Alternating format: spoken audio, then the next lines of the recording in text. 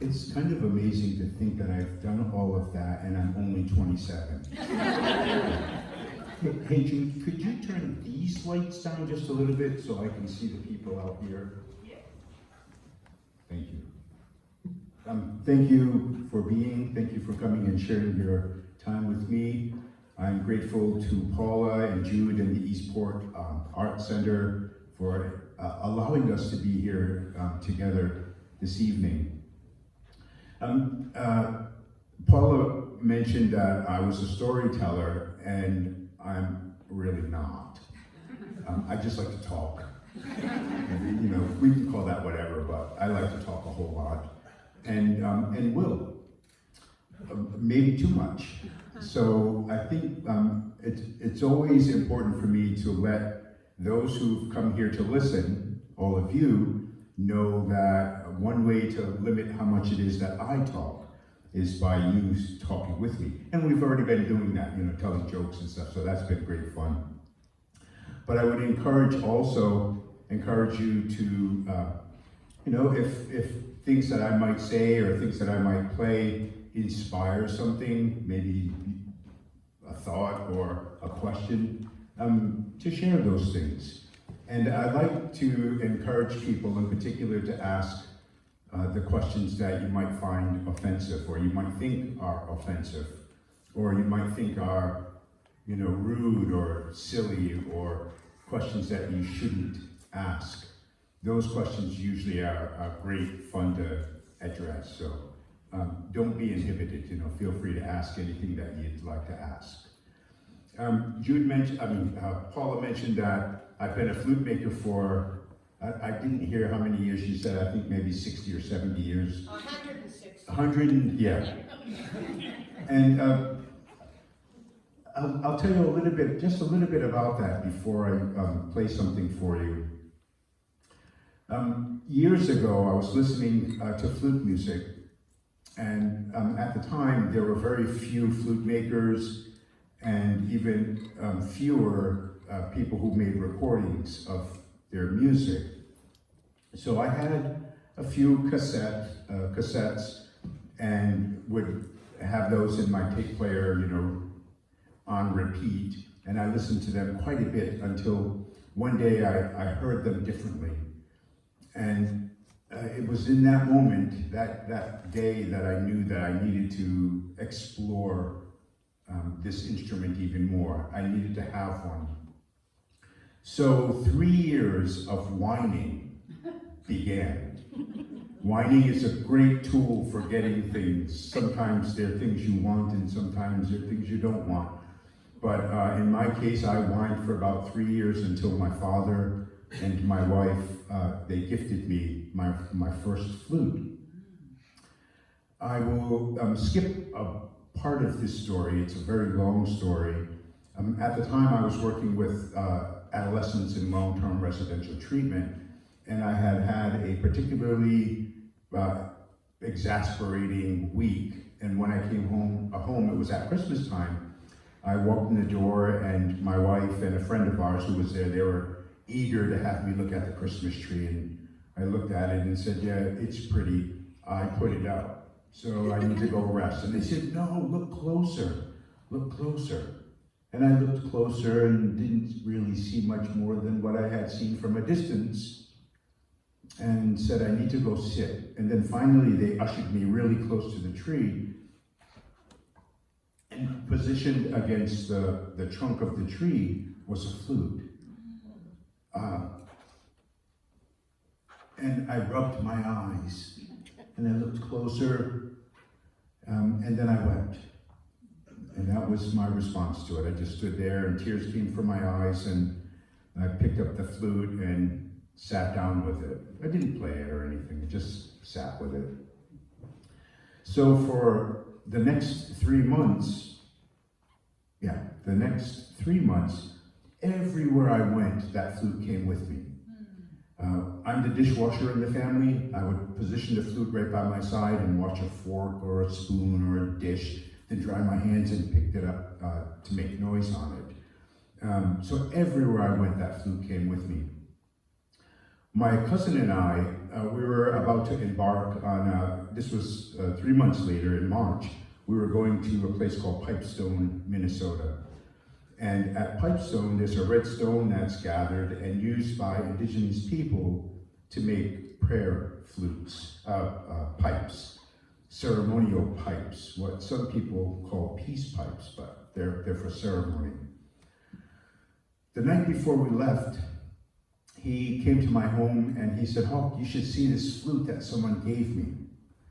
He didn't even say hi. That's the first thing he said when he walked in the door. And so I took the flute from his hands and blew on it a little bit, and he immediately knew that his flute was better. Well, I couldn't have that. Up until that moment, the flute that I had was the best flute that there could have been. And so that night, without even thinking about rest, we were going to make a 4-day journey, a 4-day drive to Minnesota.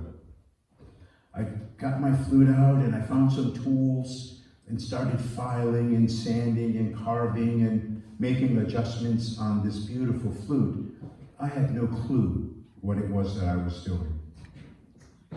And so in about 5 minutes of improving the voice of my flute, it no longer played. That was my reaction. I was just, my heart was broken. I just ruined this thing that was so important to me. Well, we made our journey there and back. I went without my flute. My intent was to bring my flute and use it for prayer. We returned home and immediately I got the flute out again and all the tools that I could, that I used to wreck it, and started working on it. Well, for the next 6 months, I worked on that flute.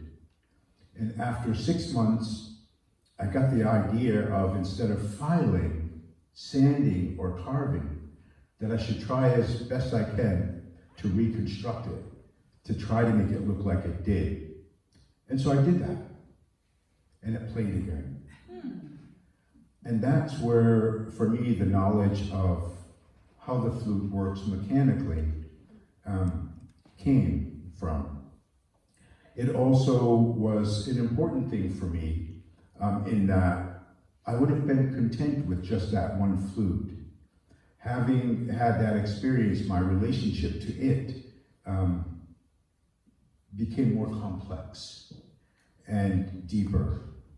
And so, I've devoted my life to making them and playing them and sharing them. So in that long-winded explanation of how I learned to build flutes, I like to remind people that some of the mistakes that we make in our lives are really important.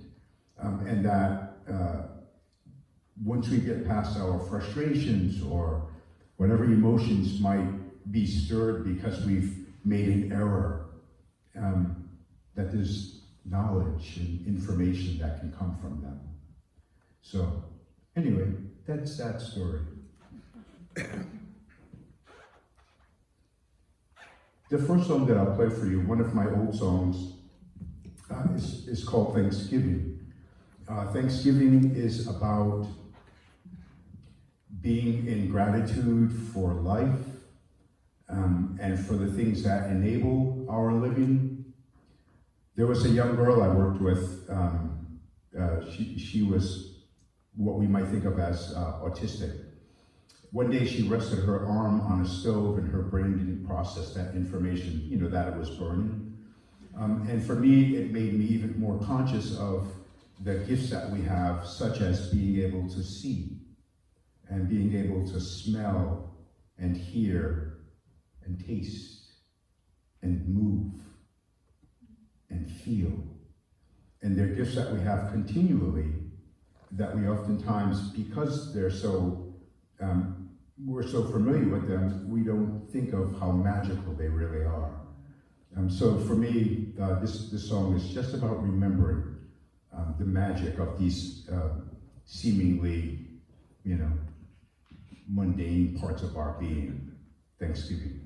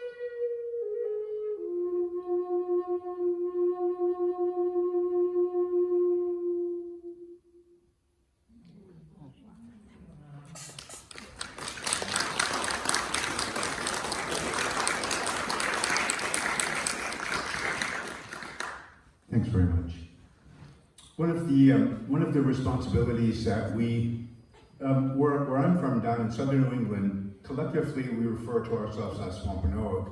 Here, up north, Wabanaki. And the terms basically mean the same thing, those who greet the dawn greeters. And I interpret that as my responsibility to invite the sun up each day.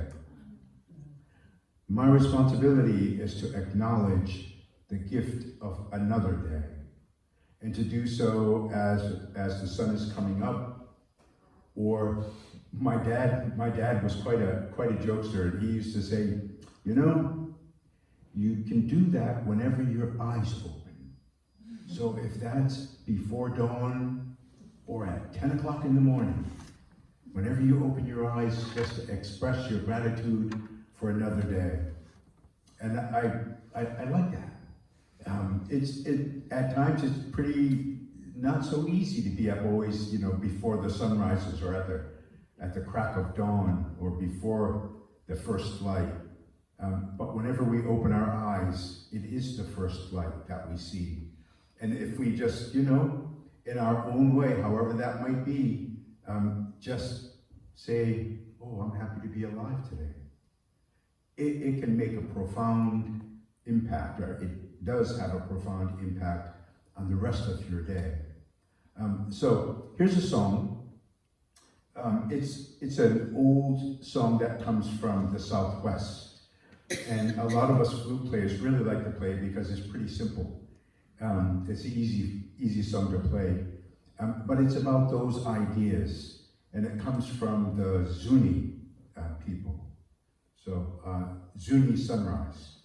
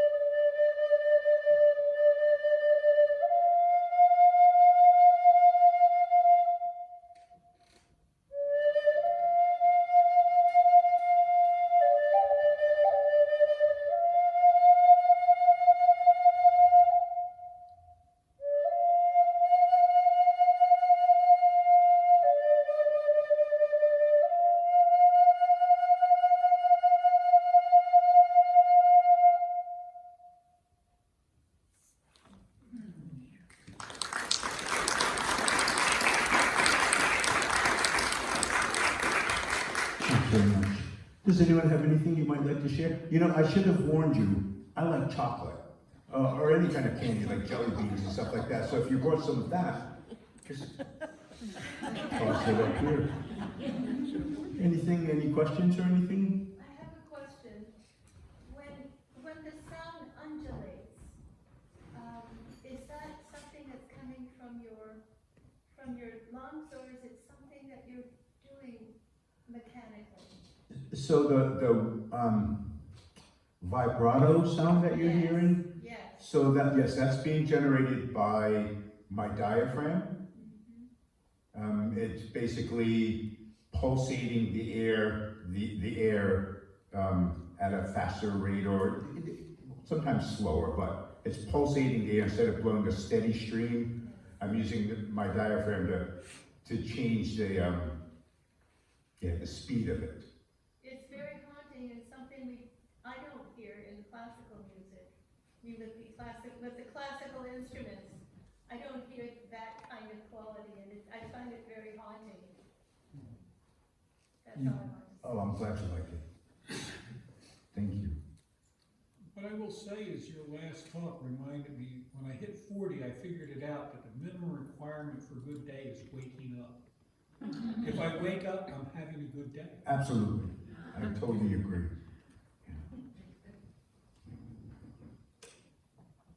Yes, please. So when you're making your flute and you create these so pure sounds, how do you know where to place the holes? How do I know where to place like the finger holes and the sound holes? Oh, experience. So when I first started making flutes, the very first flute I had, I used as a model. But after a short while, excuse me, I wanted to make larger and smaller flutes. And the hole placements on that first flute just didn't work to make a flute that sounded the way I was hoping it would sound. So I would begin by putting some holes in, and then if I didn't like where a particular hole was, I would move it. So, I mean, doing so by plugging it either with a cork or a piece of tape, and then moving it somewhere else, putting it lower or higher on the flute, changing the relationship between the finger holes and even the sizes of the finger holes. But all of that was experimenting. I would say that I experimented with voicing and tuning flutes for about the first 3 years of my flute making life. Some simple, maybe seemingly insignificant things that happened. I burn finger holes into my flute, so now I use a MAP gas torch, but I literally used to make a fire in the yard and heat up pieces of metal. And one day I noticed, because it would char, all the holes would be filled with charcoal. And so I would play it, and then I noticed that when I cleaned the holes, it sounded completely different. And so that gave me the idea of not only just cleaning them, but undercutting the inside of them, making some a little larger, some a little smaller. But all of that, to say that it was just through experience, through experimenting, that I learned about hole placement. Does that get to your question? Yeah. Okay. Good. Yes, please. To continue what you're talking about, are the flutes tuned? Are they tuned toward the scales that we're familiar with in Western music, or are they based on a different set of scale and notes? Oh, so that's a great question. So the flutes that I'm playing here and that I make are pentatonic or diatonic. And I only know that because other people have told me that. I don't know music formally, at least not with regards to this flute. And a little bit of, oftentimes people ask about key as well. And I was talking earlier with someone, I don't know where she's at. Oh, there you I stay away from thinking about key when it comes to these instruments here, because key is a new concept to this country, to this continent, to indigenous people. It's foreign. It doesn't come from here. And so only in the last 18 or so years has that language of music been applied to this kind of flute. And when I started making flutes, I probably mentioned I've been doing it for 36 years. I didn't have knowledge about keys and things like that, but as it became more popular, I had to ask myself, do I want to subscribe to that way of thinking and building instruments so that they might be more accessible to people who aren't thinking about music the way that I think about it, we'll say, or thinking about it in the way that my ancestors and other indigenous people thought about music? Or do I want to make flutes so that, you know, people with guitars and violins can play along? And so the real question was, for me,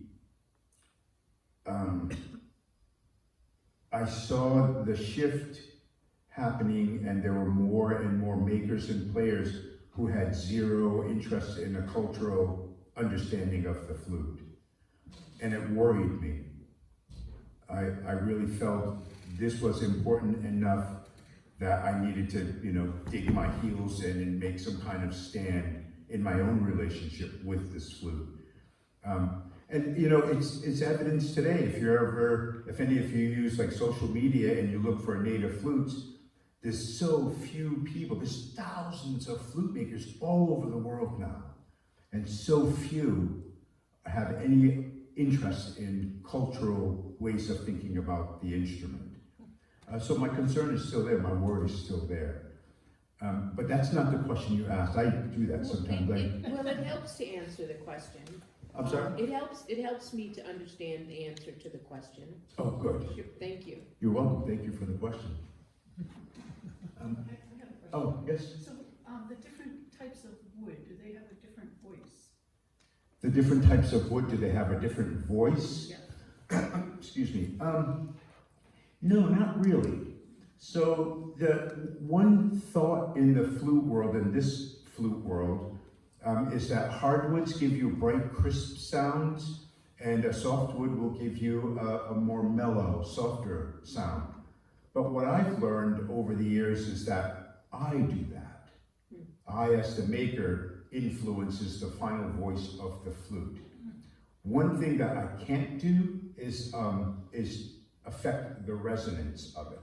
So there are some woods that resonate, you know, you can feel the vibrations in your hand. Most of them are softwoods, but there are even some hardwoods that vibrate at such a speed that you can feel it. And then others that vibrate at a much higher rate of speed that you don't really even feel it. Sometimes a sensitive listener can feel that resonance, and the player can feel the resonance.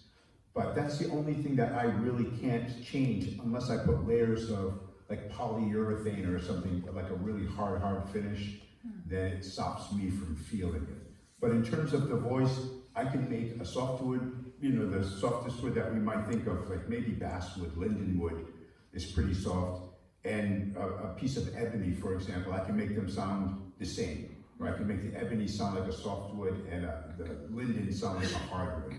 It all depends on angles more than anything. What do you use for finish? What do I usually go,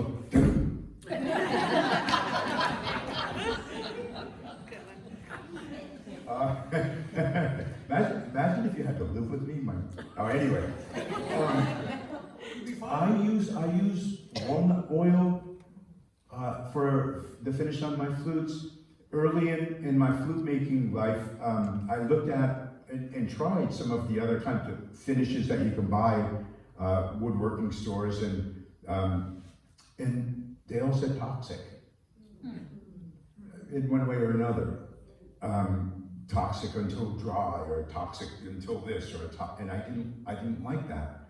I didn't like the idea of putting something that said toxic into my mouth, except for jelly beans. But anyway, sorry. And so I was talking with a friend. I have a friend from India who makes Bansuri flutes, and he suggested walnut oil, the kind that you buy at the health food store that's used for food. There are some wood finishes that have walnut oil in them, but they also have some other kind of additives. And so you wouldn't put it on your salad. Yeah. But the walnut oil that I buy at the health food store is meant for eating. So, so that's what I use, and I always advise people, if they have my flutes, to oil them like twice a year. The other oil that works really well is almond oil, the edible kind. Both of those oils have been used for, I don't know how long, but for a very long time in Europe on a lot of European instruments, the wind instruments. They create a durable finish that keeps the wood safe, yet a nice patina develops and the wood breathes. And I think that's all vital, on top of it not being toxic. Yes? Have you ever used beeswax as a finish? And do you know our local flute maker, Ralph Richter? Have you ever played together? So I only heard part of your question. Have you finished the flute with beeswax? Yes. I make a paste out of walnut oil and beeswax. And do you know Ralph Richter? Ralph Richter?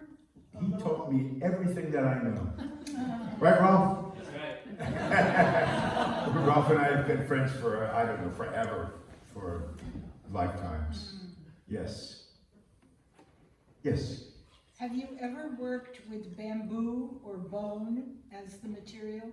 Absolutely. I've made flutes out of bamboo, burdock, sunflower, Japanese knotweed,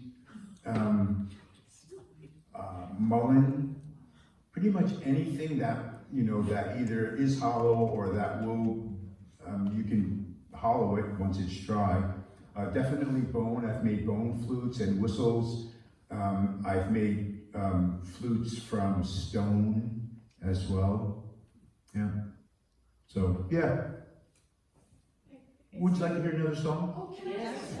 Okay, please, one more question and then I'll play So again. I'm just super curious about your first flute and what was drawing you to keep this flute close by. Can you speak to what was wanting you to keep that flute close to you? So for the years that I was listening to flute music, I really loved it. I loved the sound of the flute.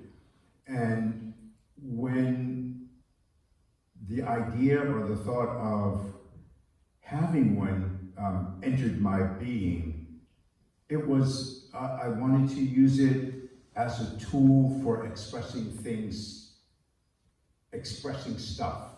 So I've been a writer, I carve, I paint, I do photography, I cook. There's all kinds of creative outlets, but the flute was going to be another one of the tools that I use to, if you will, express not just my gratitude, but different ideas that I have about life and about living. And that compelled me to want to be with it all the time so I could develop a relationship with it. So I would learn about its voices and the things that I needed to do with it in order for us to work together, if that makes sense. Yeah. Yeah. Thank you. Thanks for the question. Rob? Yeah, I just had to ask this question. In all of your years of playing and making flutes, what has been one of the most notable, if not the most notable experiences that you've had with it? Like, whether it be from the playing itself or the making itself, or say a family's interaction,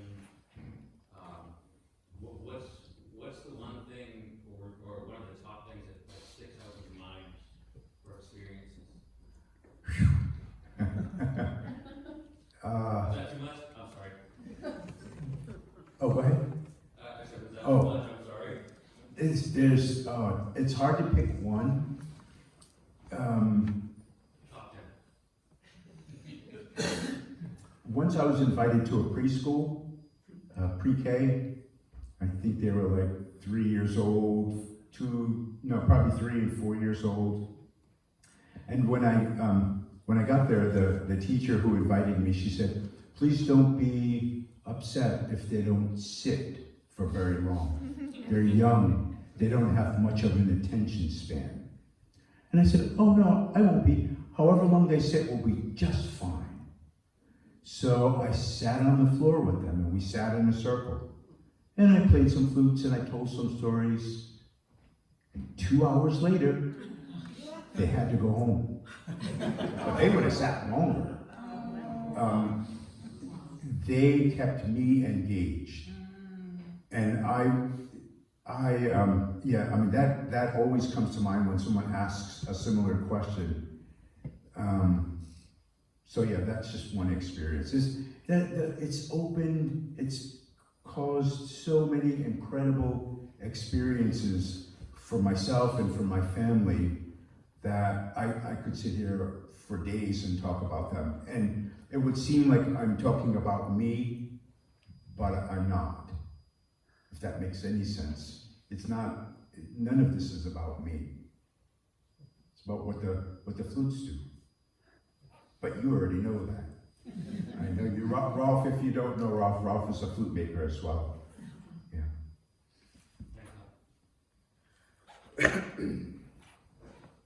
I'm, to say in love with this earth is an understatement. Fascinated with all the things that live here. With everything from the biggest whales and giant trees to, aphids and mosquitoes and black flies. All of it fascinates me. Some of it annoys me too, but most of it, is really cool. And I'm aware that if not for the existence of all of the things that live with us, we wouldn't exist. We couldn't exist. And so I made this next song that I'd like to play for you as a way for me to remember that even the smallest little thing that might be annoying in the springtime or whenever they're around, they have an importance. And though I might be annoyed, my job is to be annoyed and to honor their existence. So a song for the earth.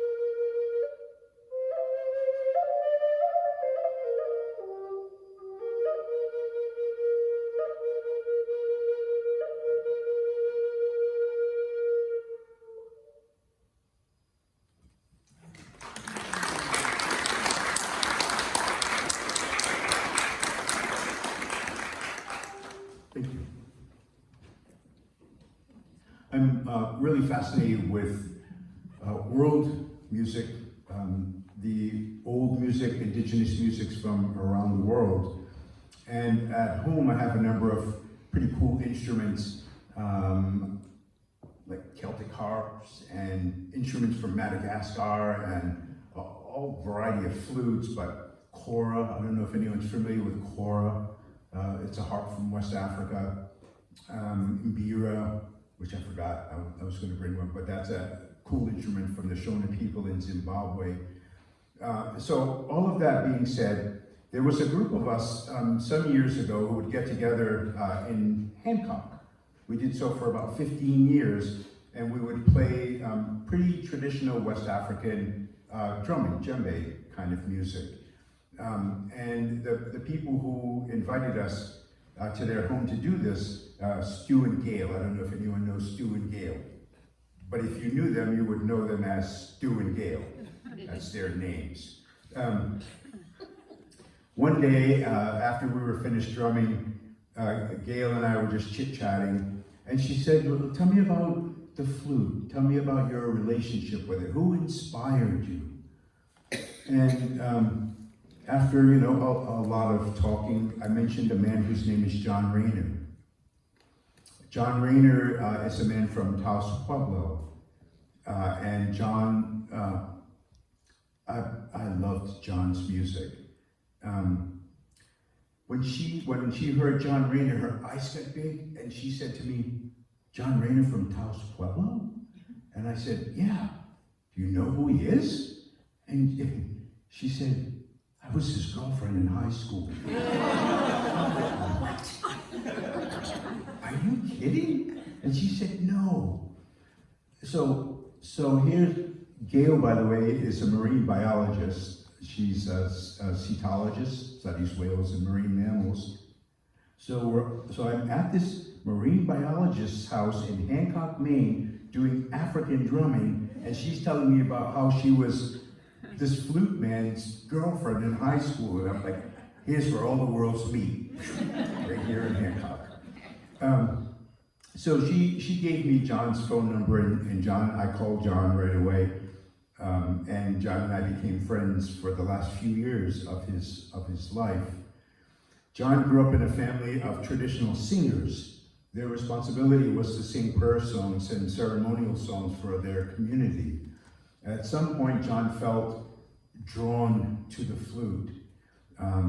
And so he went on to focus on that. John also ended up at Brigham Young University as a music teacher, where he taught flute. But one of the things that I found beautiful about his music, some of it was very traditional, in the sense that it was just, indigenous music, native music from different native cultures. And then some of it was a synthesis, a joining together of his ceremonial life and his religious life, his cultural life and his religious life. And there are, at times, those seemingly oppositional ways of living create discomfort. They create pain. They create hurt. And John exemplified the idea that coming from two seemingly different perspectives can actually make beauty. I love that about his music. And in our world today, I don't mean that just literally, we have choices where we can see our differences in each other and honor them, or where we can see our differences and create pain. So I'd like to play you one of John's songs, not one that joins both of his cultural and ceremonial, his religious and ceremonial life together, but just one of his songs that, for me, is a way to remember him, and to remember the old flute makers and the old flute players. So, song from Taos Pueblo.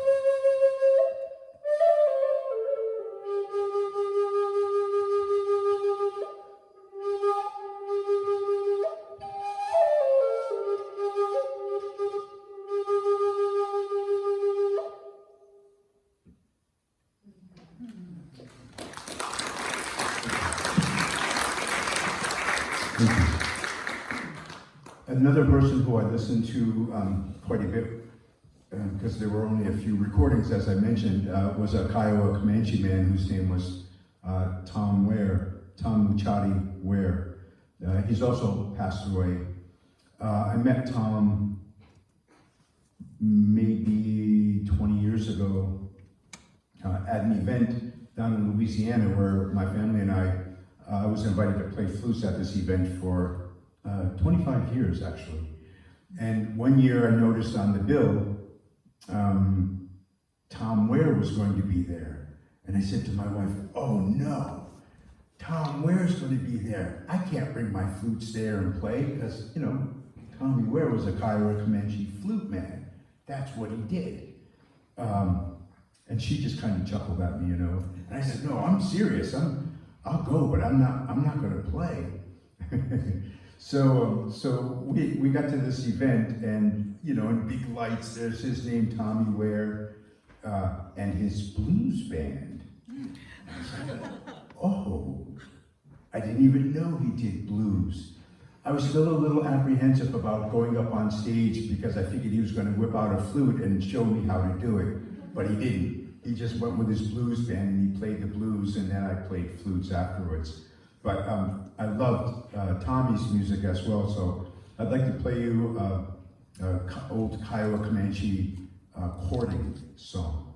The flute for some indigenous people, I probably should have said more about this.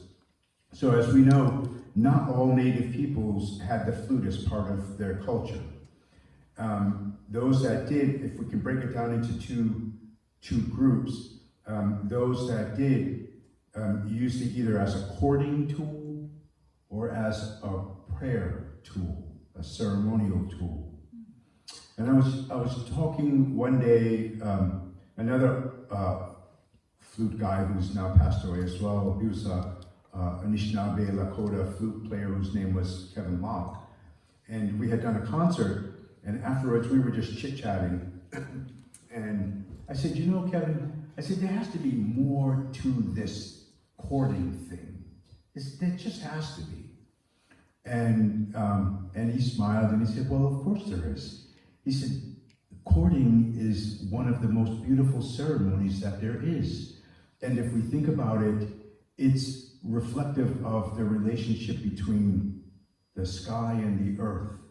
The sky is masculine and the earth is feminine. And where the two meet is where life, as we know, exists. So in the sense of courting, it's a most important ceremonial way of thinking about it. So here's a old Kiowa Comanche courting song.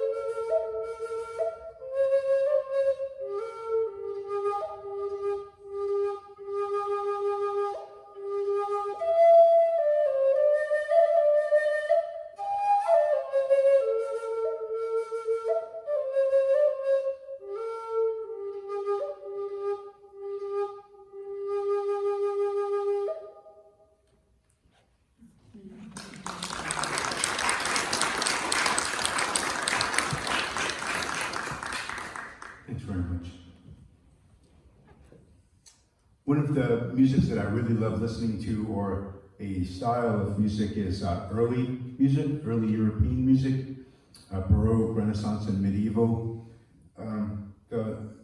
Back in 2006, the United States was celebrating Captain John Smith in the founding of, I think it was Jamestown, Virginia, wasn't it? And the whole myth around that, Pocahontas and all of that. And there was an event in Boston where I was invited to be there. I mentioned that I like to talk. So I was there with my flutes, but I spent more time talking about some of the erroneous information that exists in our history and some of the horrendous things that have occurred in that history. And after I was finished, I was approached by a group of people from England. And they said that they would, the following year, like to invite me to go to England. They would be commemorating John Smith, and they would they felt that it was important for some reason to hear more accurate truths about what happened. And so I'll skip a whole lot of this story because this is also pretty long and complex. My family and I spent 3 weeks in England. I spent most of my time in different academic institutions. But one of the things that occurred just prior to leaving was I got an email from the London Mozart Players. And this was in 2007. At the time, they were the premier orchestra of classical music in Europe. They were like the greatest. And they heard that I was coming and asked if I would compose music to play with them in concert. And I kind of forgot what I was going to play. Oh no, I remember now, okay. That happens when you start to get old. I'm almost 27. I think I mentioned that, right? You know, I forgot if I mentioned that. That's another joke. So, long story made short, I did. And we had an incredible time. Not really, but I can tell you about that later. One of the things that occurred, though, was an obsession for me of this kind of music that I thought was classical music. And the more I listened, the more backwards in time I went. But for me, it was all classical music until I started really paying attention and realizing that what I really loved listening to was Telemann and Bach and Corelli and then all the composers before that.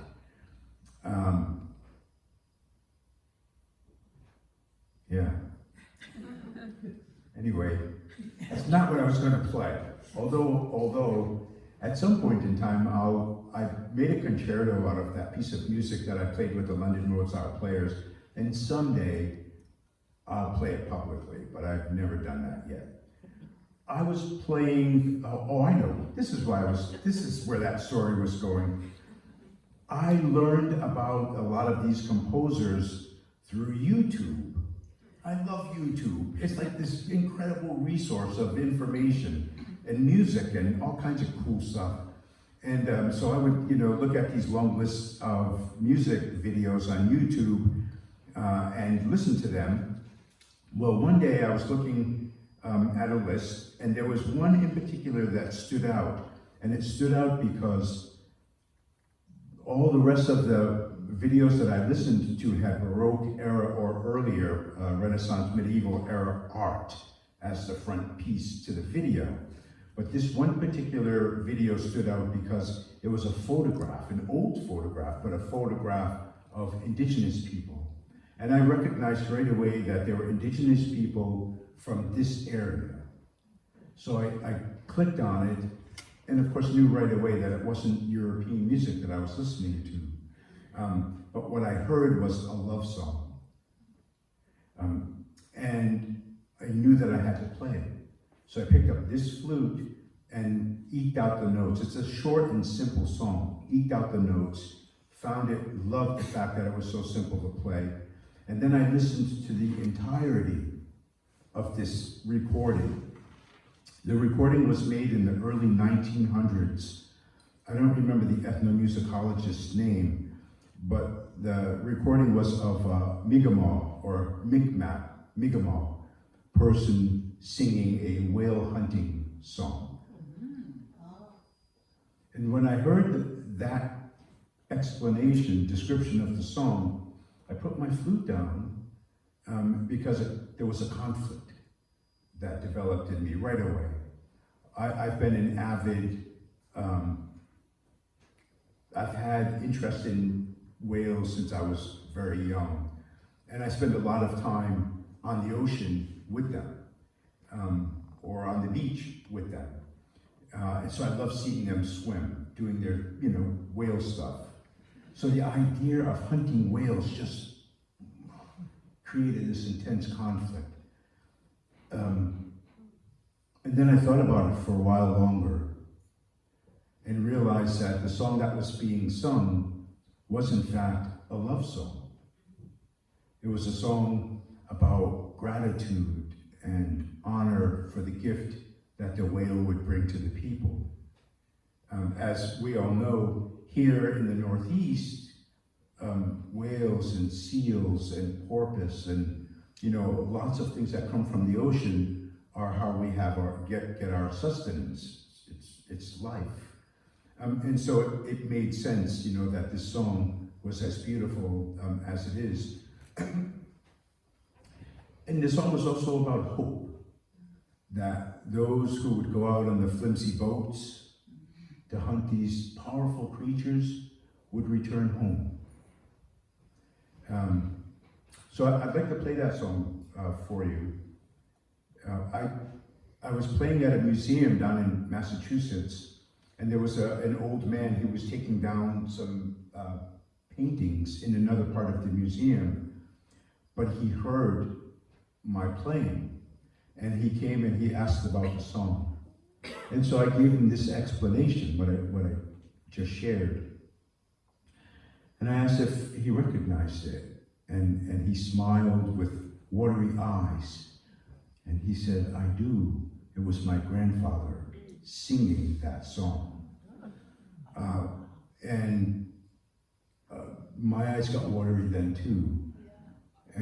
He said that he has the original recording that the ethnomusicologist made in a box in his attic, and didn't know that anyone would have an interest in it. So anyway, here's a Mi'kmaq whale hunter song.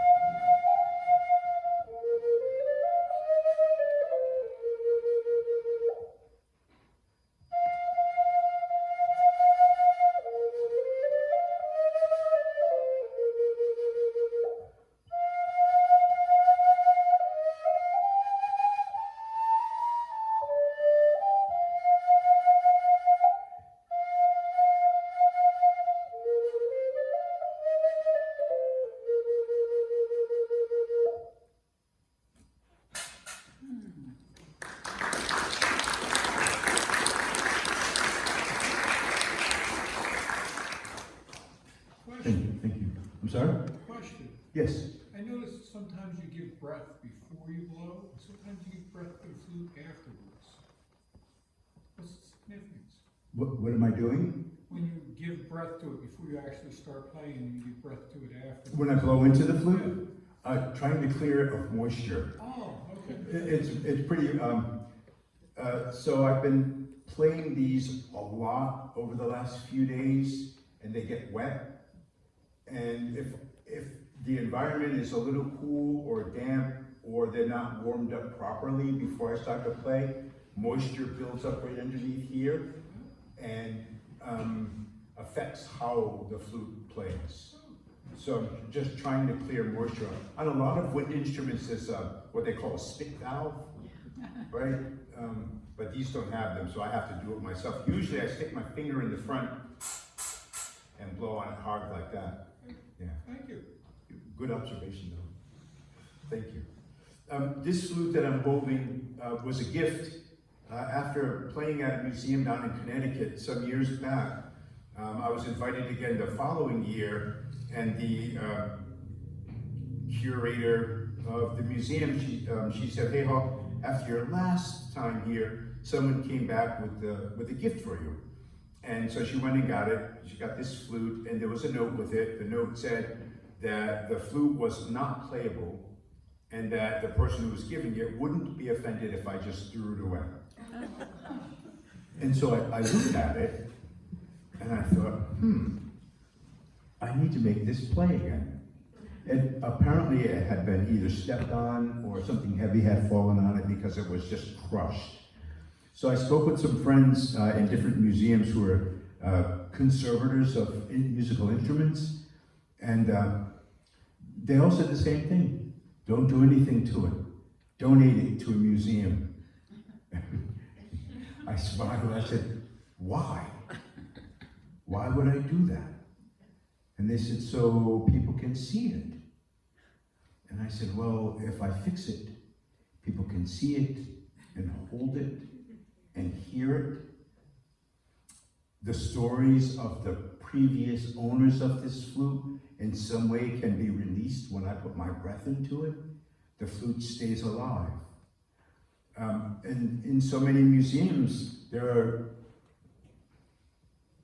musical instruments. There's lots of other things, important things too, but the musical instruments that are there oftentimes are just a shell of what they were because they don't get played. Wind instruments need breath. String instruments need to vibrate, right? They all need to be played in order to stay alive. Thankfully, there's museums now who are opening the doors to different musicians to do that, just to play them.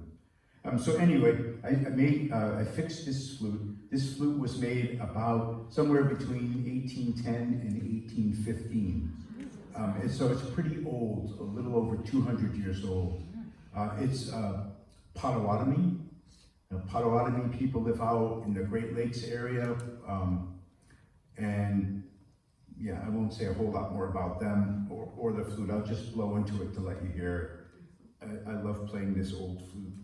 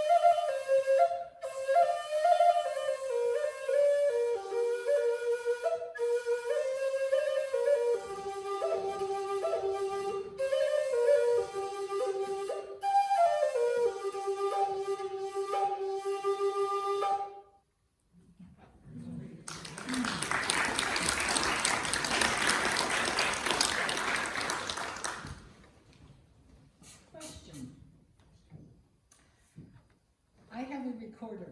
Yes.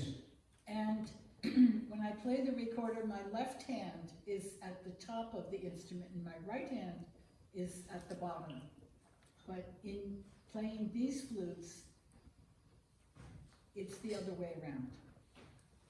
It's the way I play. So, yeah, these flutes can be played either way. But I'm left-handed. So that position is the dominant position, right? Even on your recorder, that's called the dominant position. So for me, naturally, the left hand should be in the dominant position. Okay. Yeah. I'm looking to see if, oh, yes, please. I feel like the old flute had a very different sound, but I feel like it had a message of urgency. I don't know, that's just what I got from listening. There was an urgency about the sound.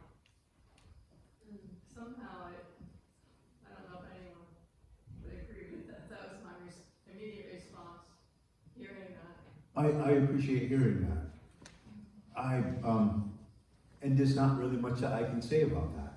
Thank you for sharing that. I could relate to that.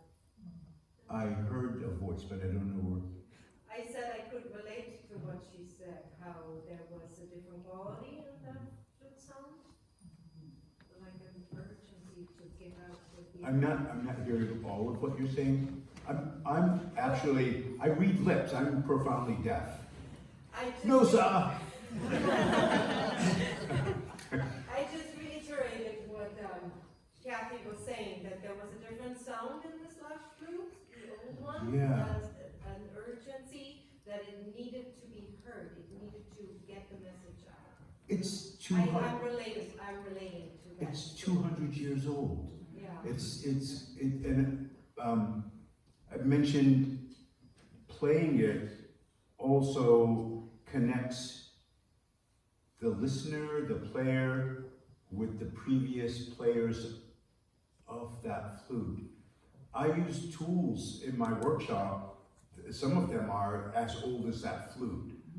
And I love old tools because they do the same thing. There are woodworkers who use those tools before me, and by using them, I bring their stories back to life. And I think the same happens with musical instruments. 200 years ago, there were a lot of unpleasant things happening. Yeah. I'll just leave it at that, but, yeah. Yes? It did have an ancient wisdom feeling about it. But in the previous song about the whales, was it recorded on a wax cylinder, or how No. was a written song? No, it was recorded audibly. So I don't know what it was recorded. It was like around 1920, so they were making. Oh, so they, okay. Yeah. When phonographs would be made. Yeah. Phonograph.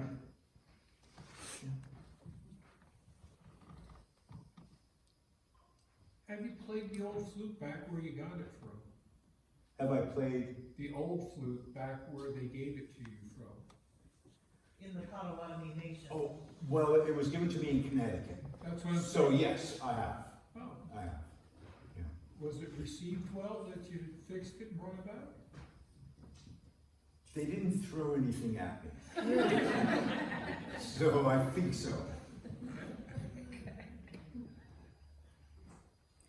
Yes.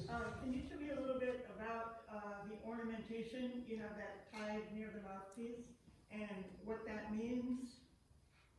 Sure. So these kinds of flutes are two-chambered end-blown block flutes.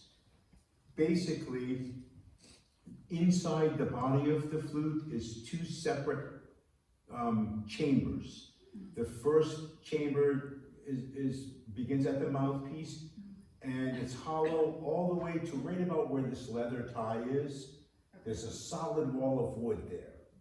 And then in front of that solid wall of wood, it's hollow for the rest of the length of the flute. On one side of that wall is a hole. On the other side of that wall, there's a second hole. So as air goes into the flute, it comes out of the first hole. This piece has a flue or a channel that's cut into it, and that guides the air to the second hole, where it then splits and makes what goes into the flute makes a sound. So that's the mechanical aspect of it.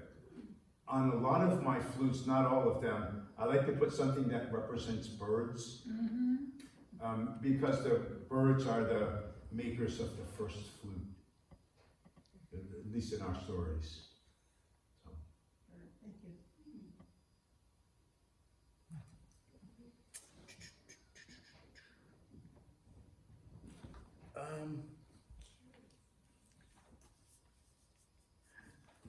I want to show you this one because this one is so totally not like anything else that I have.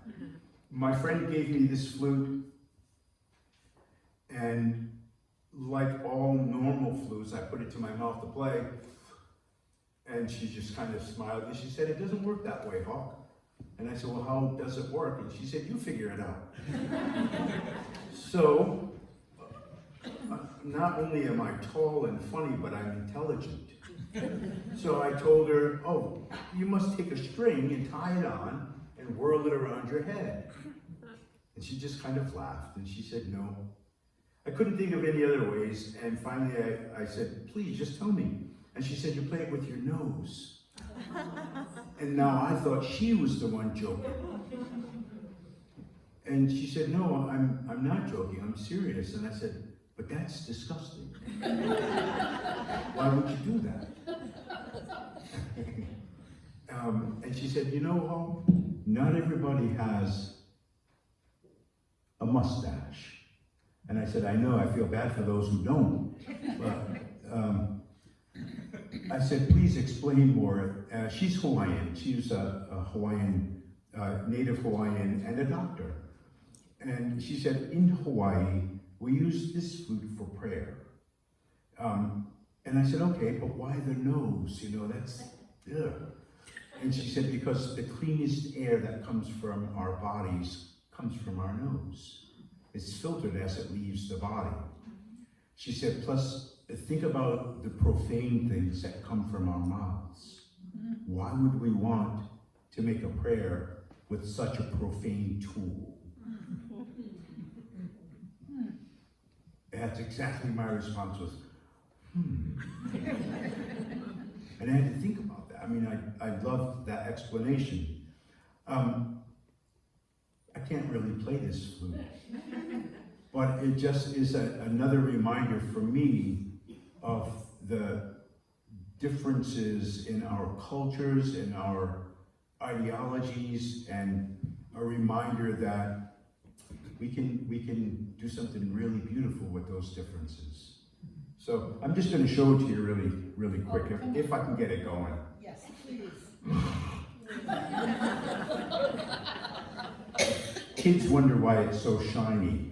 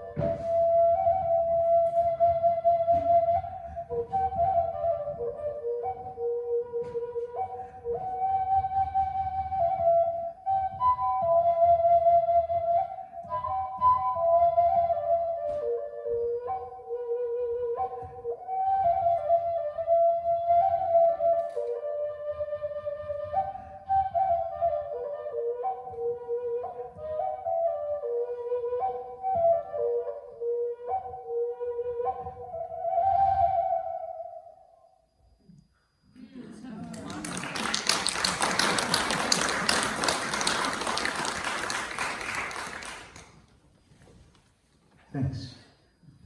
When I was a child, there were friends and I, we used to watch television together, and usually for a short time, unless it was Saturday morning cartoons.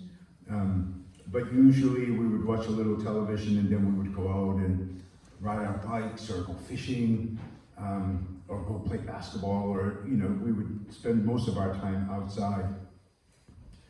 But in the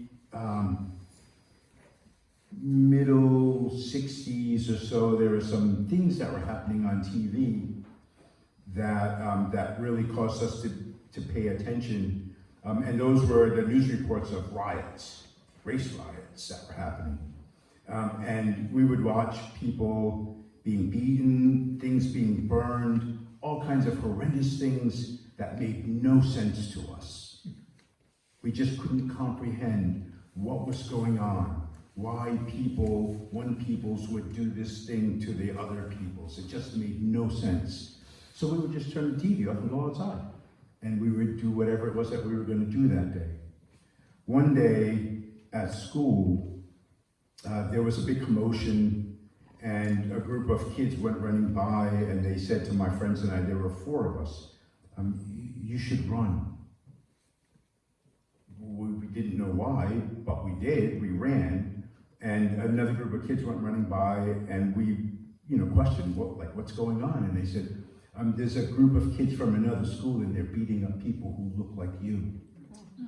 And so we ran faster.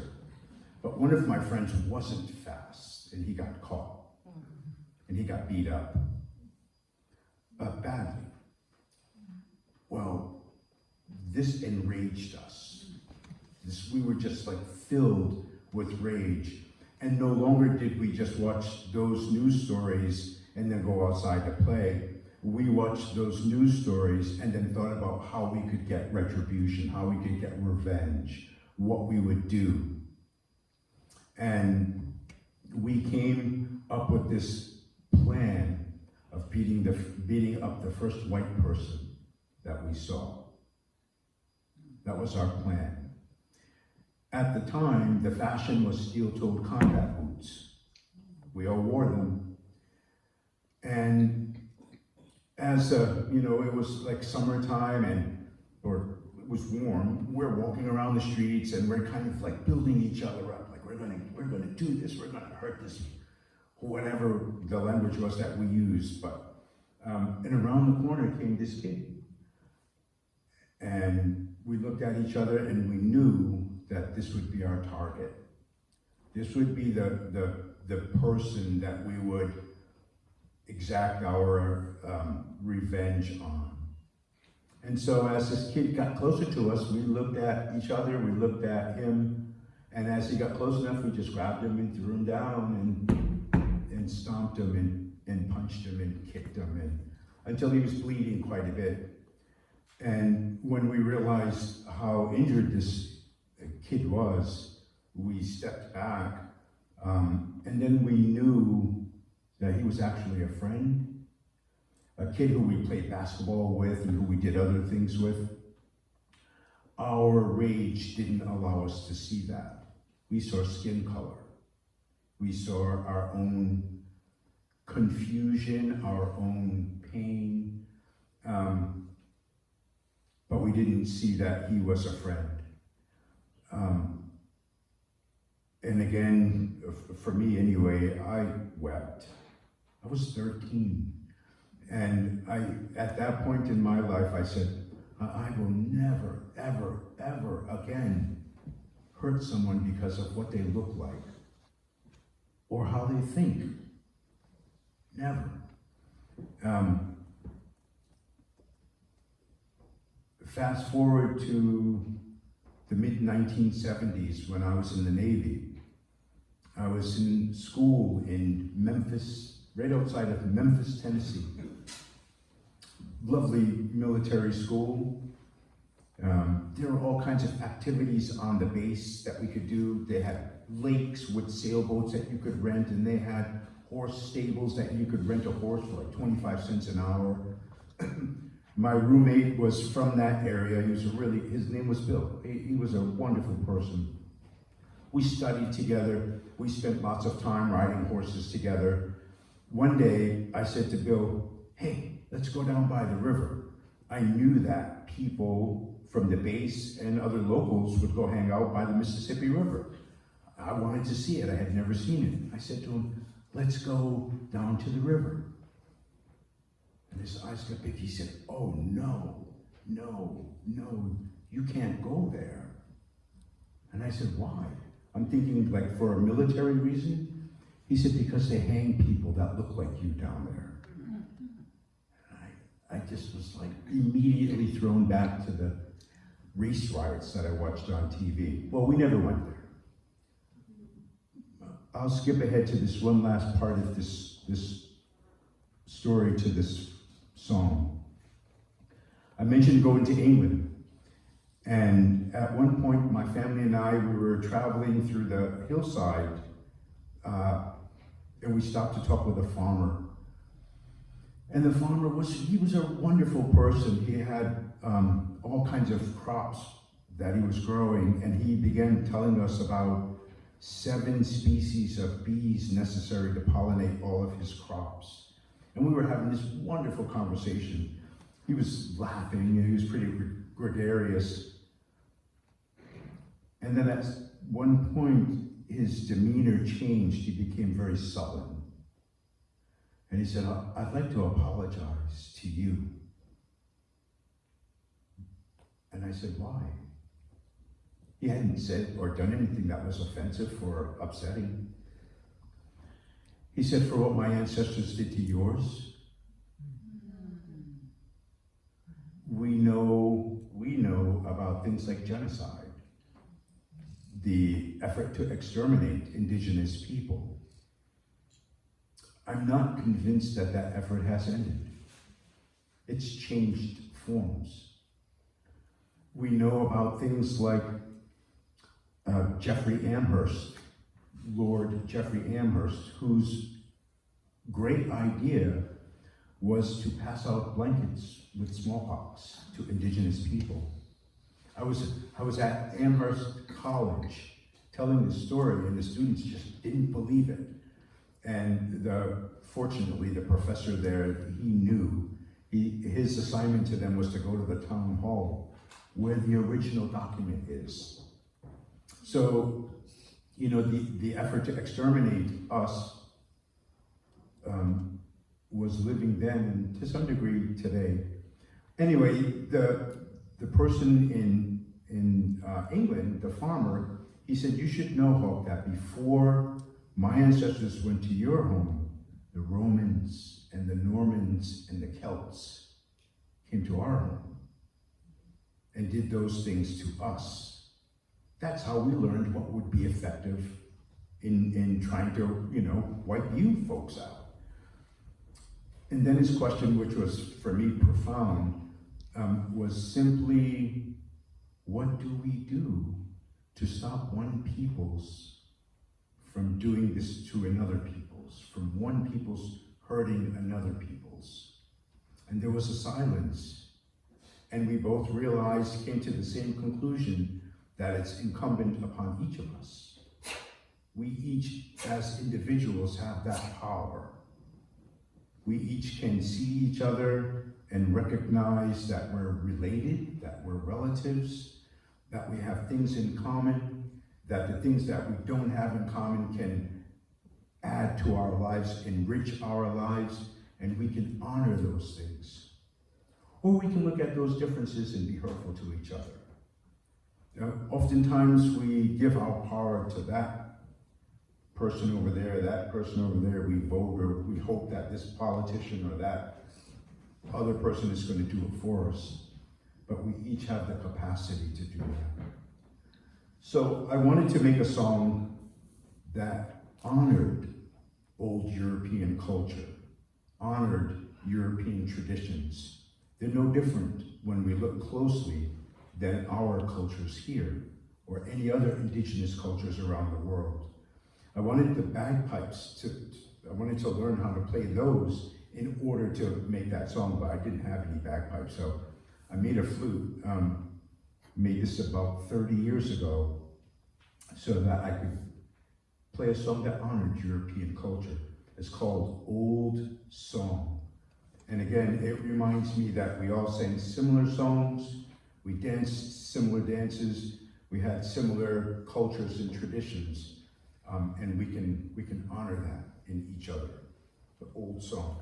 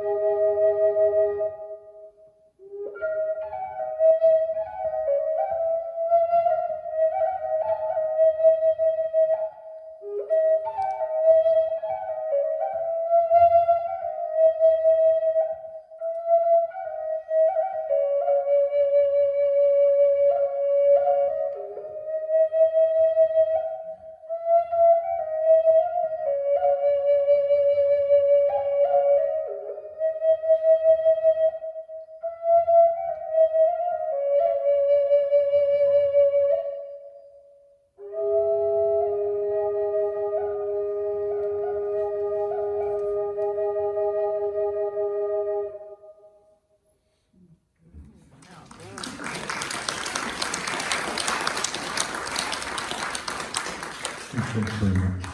Yes? I'm interested in that, the double tone that you created with that flute, was that voiced, or was that something about that particular instrument? No, so it's two flutes Oh. in one flute body. So I thought about it for 3 years, trying to figure out, how can I make something that sounds like the bagpipes? And this was what I came up with. One side, with the finger holes, you play the melody, and the other side is just a drone side.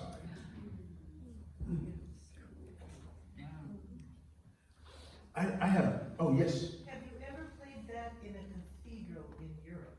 Could you ever do that, or have you ever played it in a acoustically wonderful church like our North Church here in Eastport, which has great acoustics? I think I did play that here You in did. Eastport. Yeah. Didn't you play with Jeremy Dutcher? Did I do? Did you play with Jeremy? You played With Jeremy Dutcher, yeah. Yes, you played Yep. with, yes.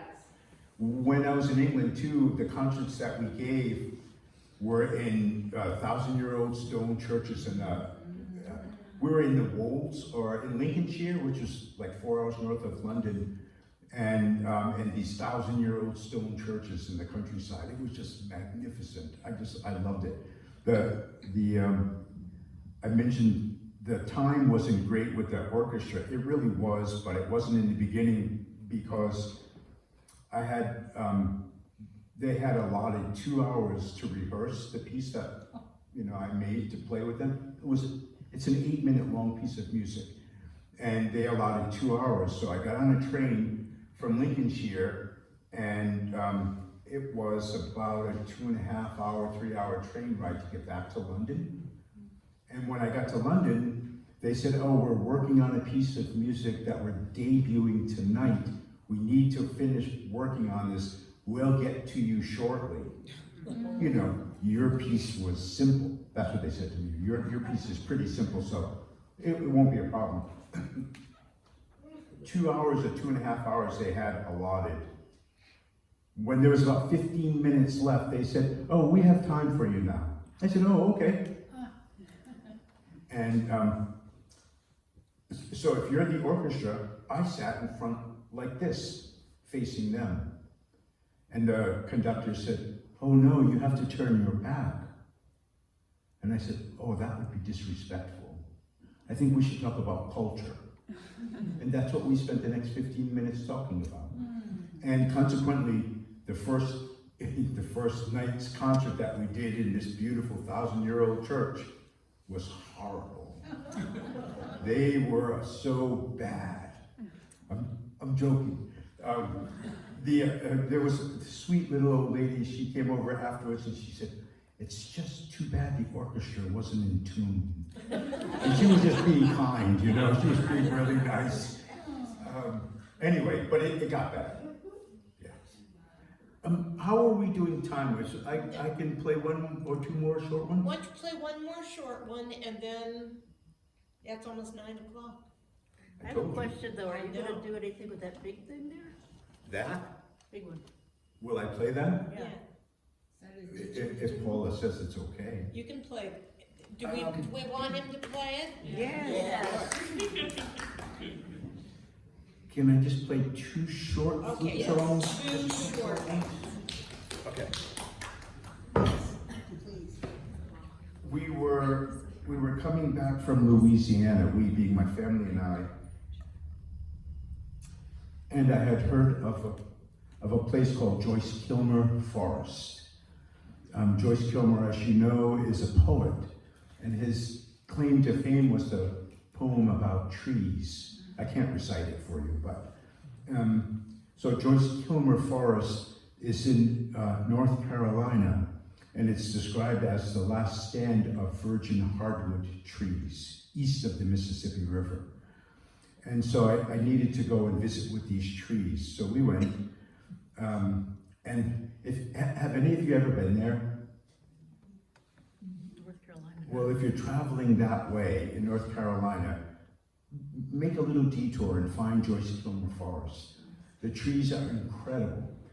My wife and our 2 daughters at the time, when we held hands, couldn't reach around the smaller trees. They're just magnificent.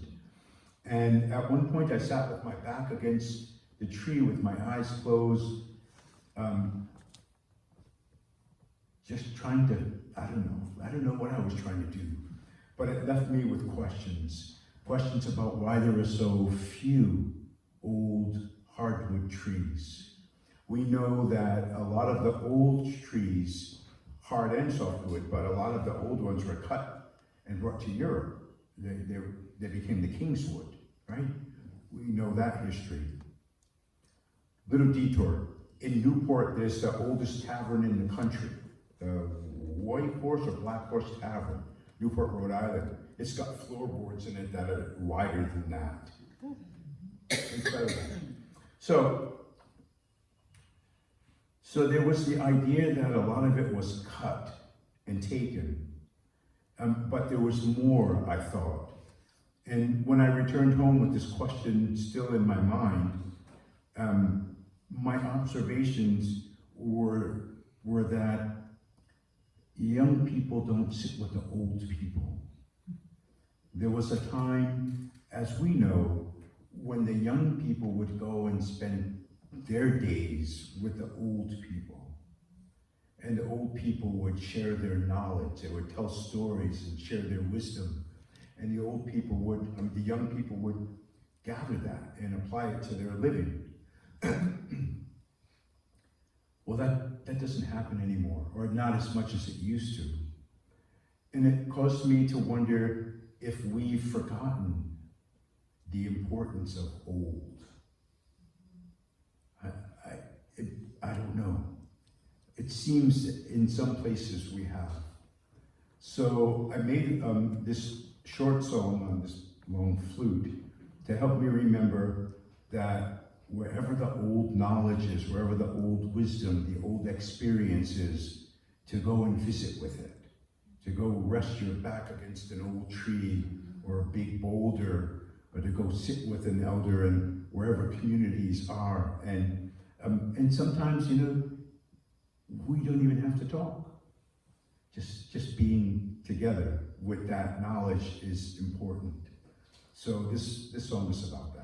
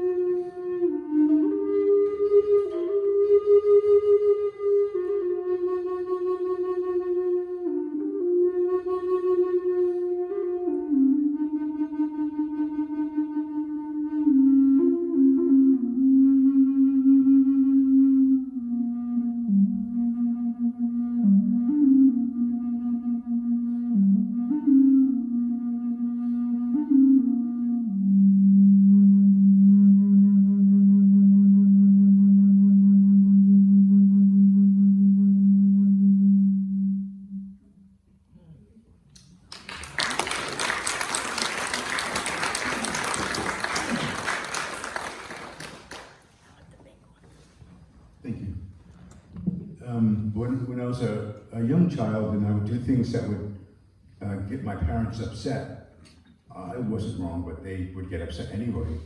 And the consequence that they always kind of levied upon me when I was a certain age was being grounded. And I despised hearing those, those words, you're grounded. Couldn't leave the yard, my friends couldn't come in and play with me, I had to sit and think about what it was that I did wrong. Horrible, awful parents they were. Although the idea of being grounded now, it's like that would be awesome to just like have to stay in the yard. We were fortunate that we had some fruit trees, a few different apples and some pears and some old grapevines. And I would go sit in this one particular tree most of the time. And when I would go up there, all the birds that would be there, they would just fly away. And I was up there a lot. And the birds, after a while, they kind of got used to my being there. They would fly away, but they would come right back and finish doing whatever it was that they were doing, catching bugs or what have you. And so began my obsession with my love for birds. So I made a song to both honor the beauty of bird life, what they bring to our world, including the reminder, birds are all different shapes, all different sizes, all different colors. They have so many different roles to play on this earth, and all of them are equally important. And in so many ways, they're just like us. So, a song for the birds.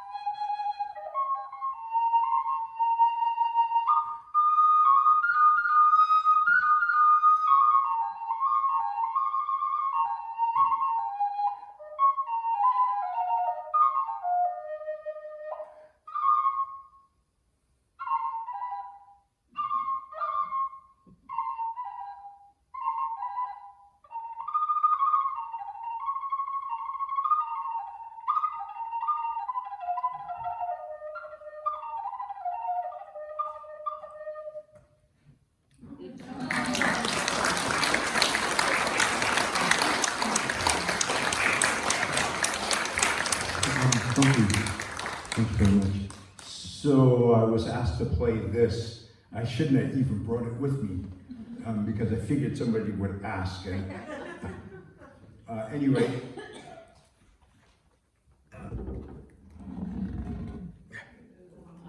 Are you familiar with this instrument? Is anyone familiar with it? Does everybody say no? Oh, good. It's been a long time since I've played it, so my lips aren't working properly, but right. So didgeridoo is the name, the common name that it's referred to. Yeah. In the northeastern part of Arnhem Land in Australia, where it comes from, it's called yidaki, or yidaki. And as you know, it's just a stick that's been hollowed by termites. This one has some beeswax on it, and the remnants of ochre designs that were painted on, but it's all pretty much worn off. To play this instrument, you basically buzz your lips. I love that, because I used to get in trouble for that in school, and now I get paid to go to schools to make fart noises. So you're buzzing your lips, and then as you're breathing out, you breathe in at the same time, so that's how you keep the instrument going, in theory. But let's see. I'm not going to play it much, because really I haven't played it in a long time. But I'm going to put this on the floor.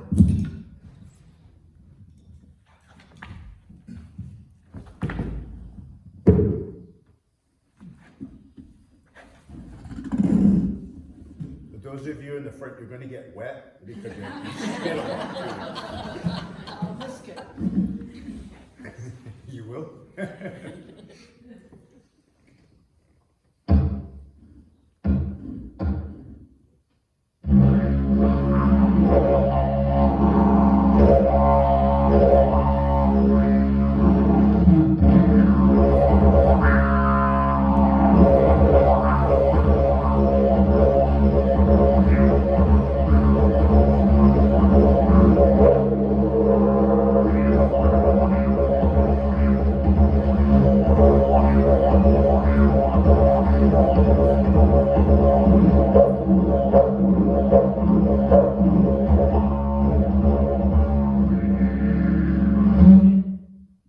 That's all I'll do.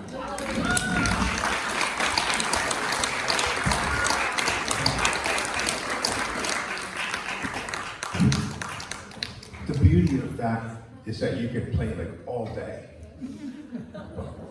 Anyway, so I guess I should be finished now. Thank you so much for sharing your evening with me. Again, Paula and